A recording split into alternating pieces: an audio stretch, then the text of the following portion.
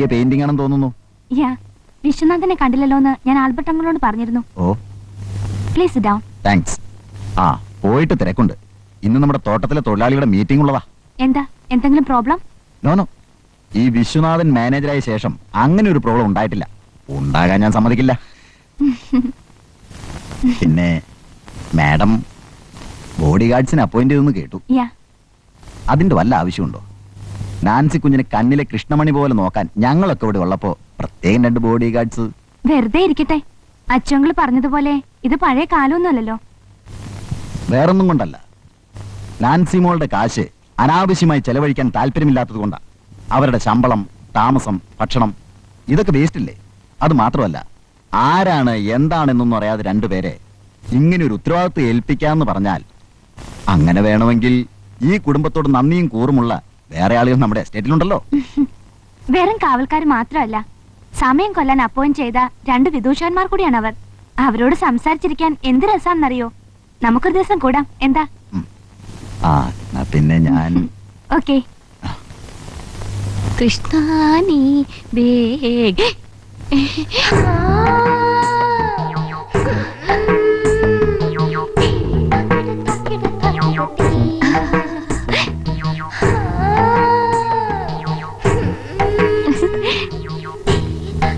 എനിക്ക് വേണ്ടി സൃഷ്ടിച്ച പൂജാ പുഷ്പമാണിവൾ. Hybrid variety. ഞാൻ കാത്തിരുന്ന കടവൻ എന്റെ ദുഷ്യന്തൻ ഇദ്ദേഹമല്ലേ?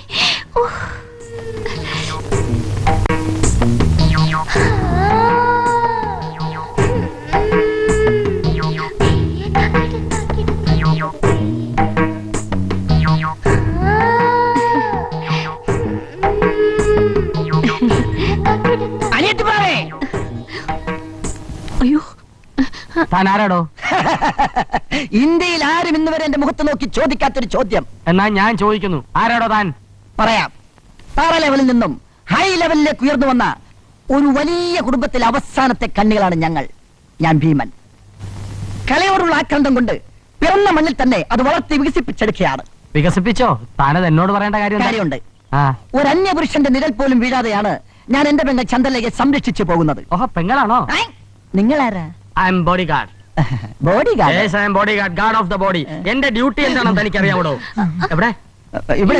അനധികൃതമായി ബംഗ്ലാവിൽ കയറി വരുന്ന ഏത് തറയെയും കയ്യോടെ പൊക്കിയെടുത്ത് അടിമുടി ചെക്ക് ചെയ്ത് പാക്ക് ചെയ്യാന്നുള്ളതാണ്. You understand? താൻ ഏത് ബോഡിയുടെ ഗാർഡ് വേണമെങ്കിലും ആയിക്കോ, പക്ഷേ എന്റെ പെങ്ങളുടെ ബോഡിയുടെ ഗാർഡാവൻ ഞാനുണ്ട്, ഭീമൻ, അറിയാമോ?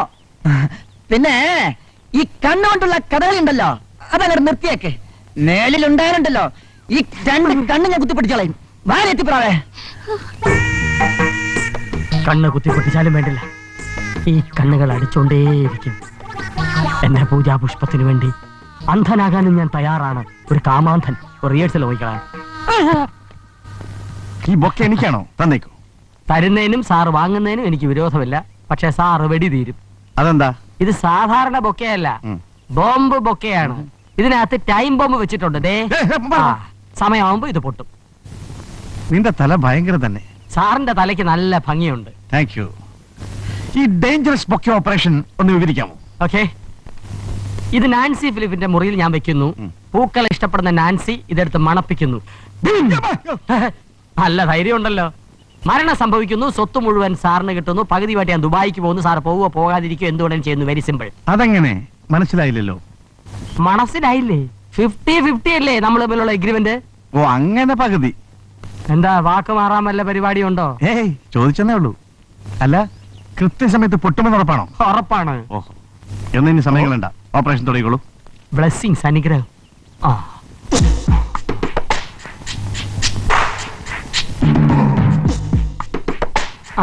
എന്താ ബോഡി ഗാർഡ് ബൊക്കെ?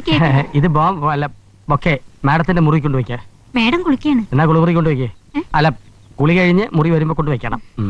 എന്താ ബ്രേക്ക്ഫാസ്റ്റ്? പുട്ടും കടലി. പഴം കൂടി ഉണ്ടായിരുന്നെങ്കിൽ ഹള്ളി. വാസന്തി, പൂക്കൾ ആർക്കാ? അച്ചേട്ടന്. ഞാൻ. നിന്റെ മനസ്സെനിക്കറിയാം. നിനക്ക് എന്നെ ജീവനാണെന്നും അറിയാം. നമുക്കുണ്ടാകുന്ന കുഞ്ഞ് ഇതുപോലെ ഇരിക്കണം കേട്ടോ. പാടാ. നീ ഒന്നും പോച്ച് കേട്ടോ. അയ്യടാ കള്ള. ഇനി ഏതാനും നിമിഷങ്ങൾ മാത്രം. ഇപ്പൊ ബോംബ് പൊട്ടും. Madam close. എന്റെ ദൗത്യം തീരുന്നു. എനിക്ക് ഷെയർ കിട്ടും. അതെ, ഇതാണ് നമ്മുടെ കുഞ്ഞിന്റെ പൊന്നരഞ്ഞാണം. പൊന്നരഞ്ഞാണം എവിടെ? പൊന്നരഞ്ഞാണം ആ, വാസന്തി, നീ ചെല്ലേ, പോയി എന്തെങ്കിലും ഫുഡ് അറേഞ്ച് ചെല്ല്. ചെല്ലേ. ആ, എന്താണെങ്കിൽ ഒരു ശൃംഗാരം. കൊള്ളൻ. വെറുതെ വല്ലതും പറഞ്ഞ് എന്തെങ്കിലും അർത്ഥം ഉണ്ടാക്കല്ലേ. ഈ ബൊക്കെ ഇതാർക്ക? അതെ, ഈ വാസന്തി അല്ല, ഈ നാൻസി കുഞ്ഞിനെ മുറി വെക്കാൻ കൊണ്ടുവന്ന. ആ മുറിയിൽ വെക്കാനുള്ള ബൊക്കെ ഞാൻ വെക്കാം. ഓക്കേ. എന്താ വെച്ചോ, എനിക്കെന്താ ഐഡിയ.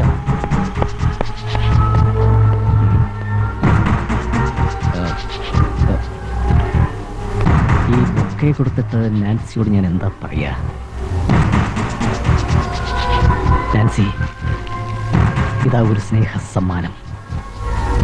ഇവനെന്താ നാൻസിയുടെ മുറിയുടെ മുമ്പിൽ കിടന്ന് കറങ്ങുന്നത്? ഇവന്റെ കയ്യിലുണ്ടല്ലോ ബൊക്കെ. ഇവൻ നാൻസിക്ക് ബൊക്കെ കൊടുത്താൽ ചാപ്ലിൻ എങ്ങനെ കൊടുക്കും?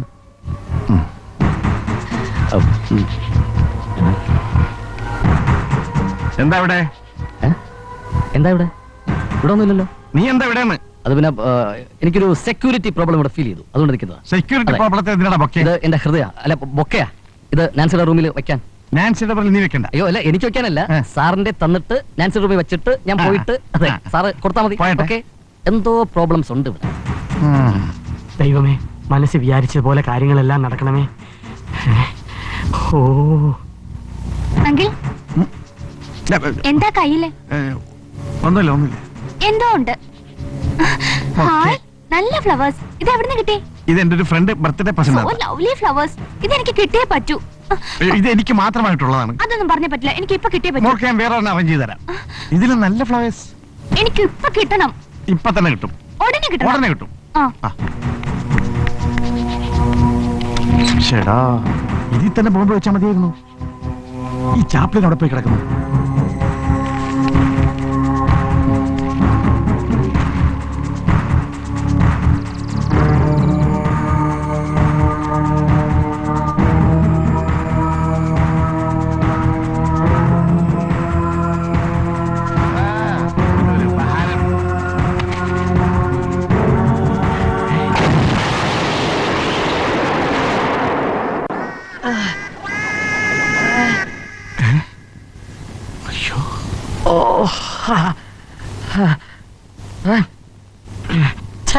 സാർ ഒരുത്തരാണ് ഇതിനൊക്കെ കാരണക്കാരൻ. എന്റെ ബൊക്കെ കണ്ടിട്ട് സാറിന് മനസ്സിലായില്ലേ? മുഖത്ത് രണ്ട് ഉണ്ട കണ്ണുകളുണ്ടല്ലോ, പോരാത്തിന് രണ്ട് കണ്ണട വേറെ. എന്തിനാ സാറേ ഇത് കഴുത്തി കെട്ടി തൂക്കിട്ടോണ്ട് നടക്കുന്നേ?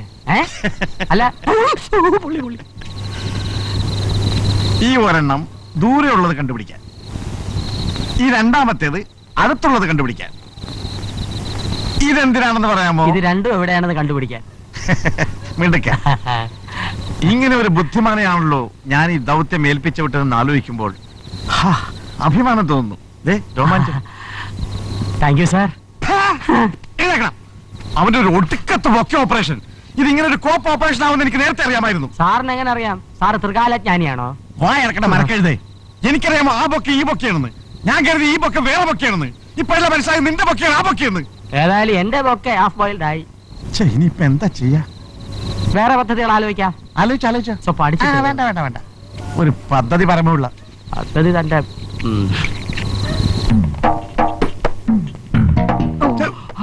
ഞാനാണോ പോയിസൺ മിക്സ് ചെയ്തോ? മിക്സ് ചെയ്തു. ഏത് ഗ്ലാസ്സിൽ? ദേ ഈ ഗ്ലാസ്സിൽ. ഉറപ്പാണല്ലോ. വേണേ കുടിച്ചു നോക്കൂ. കൊണ്ടുപോടാ. ഈ കടങ്കഥയുടെ ഉത്തരം പറ. ഓ മൈ ഗോഡ്, എനിക്കൊന്നും മനസ്സിലായില്ല. ചോദ്യം എനിക്ക് മനസ്സിലായില്ലേ? മനസ്സിലായോ? ആ, അതിനൊത്തിരി ബുദ്ധി വേണം. ചാർലി, ഇതിൽ ഇത്ര മനസ്സിലാക്കാൻ പറയാം. ലേഡീസ് ആൻഡ് ജെന്റിൽമാൻ, നമ്മുടെ ചാപ്ലിന്റെ ജന്മദിനം പ്രമാണിച്ച് നമുക്ക് ഒരു ഗ്ലാസ് പായസം കുടിക്കാം. Many many happy returns of the day Chaplin. Thank you madam. നാൻസികൾ കൊടുക്ക്. കുടിക്കാൻ വരട്ടെ. കടങ്കഥയുടെ ഉത്തരം പറഞ്ഞിട്ട് കുടിച്ചാൽ മതി. അയ്യോ, ഞാൻ പറഞ്ഞു തൊലയ്ക്കേ. തൊലച്ചോണ്ടിരിക്കല്ലേ? അതായത് ദേ, ഇത് നെല്ല്, ഇത് തോണി, ഇത് കോഴി, ഇത് തോണിക്കാരൻ, ഇത് കുറുക്കൻ. ഈ കുറുക്കനും കോഴിയും കൂടെ ഒരിടത്ത് നിർത്തിയാൽ കുറുക്കൻ കോഴി പിടിക്കും. ഈ നെല്ലും കോഴിയും കൂടെ ഒന്നിച്ച് വെച്ചാൽ നെല്ല് കോഴി. ഈ തോണിയില് രണ്ടൈറ്റത്തിൽ കൂടുതൽ കയറ്റിയാൽ തോണി മുങ്ങും, കയറ്റാൻ പറ്റില്ല. അപ്പോ എല്ലാ ഐറ്റത്തിനും കൂടി എങ്ങനെ അക്കരെ കടത്തും? അതാണ് ഇവിടുത്തെ പ്രശ്നം. കുറുക്കൻ കോഴിയെ തിന്നാൻ പാടില്ല, കോഴി നെല്ല് തിന്നാൻ പാടില്ല, തോണി മുങ്ങാൻ പാടില്ല, ഒന്നിച്ച് കൊണ്ടുപോകാൻ പറ്റില്ല. എങ്ങനെ പറ്റും? ഒന്നും മനസ്സിലാവുന്നില്ല. ഒന്നും മനസ്സിലാക്കാൻ പാടില്ല. ഓക്കെ, കുടിക്ക് കുടിക്ക്. Thank you. ഞാനും കുടിക്കാം. ആഹാ, നല്ല ബെസ്റ്റ് പായസം. എടുക്കൂ, കുടിക്കൂ. ഉം. കഴിക്ക് ചാപ്ലിൻ. സാറ് പായസം കുടിക്കണം സാർ. നീ കുടിക്ക്. എന്റെ ജന്മദിനമല്ലേ, സാറ് കുടിക്കണം. നിന്റെ ജന്മദിനല്ലേ, നീ കുടിച്ചാ മതി. സാറ് കുടിക്കുന്നതാണ് എനിക്ക് സന്തോഷം. നീ കുടിക്കുന്ന എനിക്ക് സന്തോഷം. അല്ല, അങ്ങനെ പറയരുത്. സാർ കുടിച്ചാൽ പറ്റും. എടുത്ത് കുടിക്കണം. നീ കുടിച്ചതിന്റെ ബാക്കി ഞാൻ കുടിച്ചോളാം. നല്ല ടേസ്റ്റ്. കുടിക്കൂ കുടിക്കൂ. ഉം. അങ്കിൾ കുടിക്കുന്നില്ലേ?